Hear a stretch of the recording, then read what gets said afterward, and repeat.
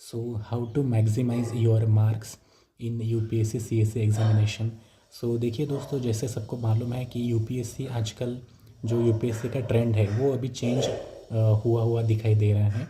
तो पहले जैसा एक कॉन्सेप्ट आता था और उसके ऊपर करंट अफेयर से रिलेटेड क्वेश्चन वो लोग पूछते थे, और साथ ही साथ थोड़ा सा जो है वो स्टैटिक नॉलेज उस टॉपिक के ऊपर वो लोग पूछते थे।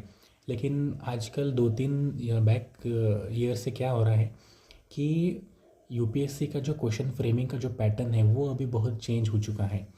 वो अभी क्या कर रहे हैं, वो अभी इंटरलिंक्ड क्वेश्चंस वो लोग पूछ रहे हैं।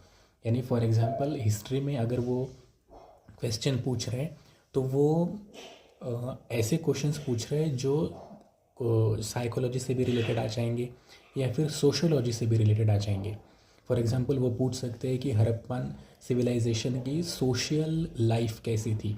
अभी ये जो क्वेश्चन है इसको सॉल्व करने के लिए हमको हिस्ट्री का भी नॉलेज होना ज़रूरी है, और साथ ही साथ में जो सोशल लाइफ थी उस समय में उसका भी नॉलेज हमको होना बहुत ज़रूरी है। यानी कि यहाँ पे इस क्वेश्चन को सॉल्व करने में 2 सब्जेक्ट्स को रीड आउट करना और 2 सब्जेक्ट्स का नॉलेज हमारे पास में होना बहुत ज़रूरी है।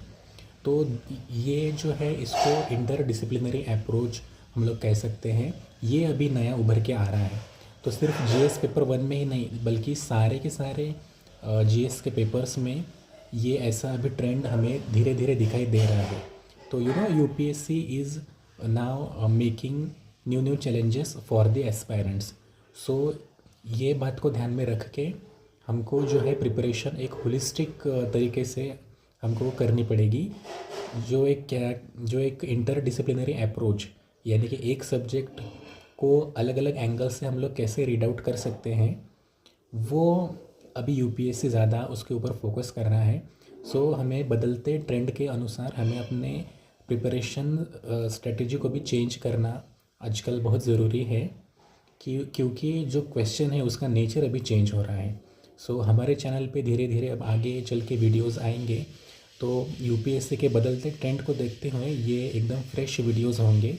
और अगर आप एक यूपीएससी एस्पिरेंट हैं तो मैं आपको रिक्वेस्ट करूँगा कि हमारे चैनल को सब्सक्राइब करिए, और जो इसके ऊपर जो वीडियोज़ आएंगे उसका ज़्यादा से ज़्यादा आप बेनिफिट लेंगे।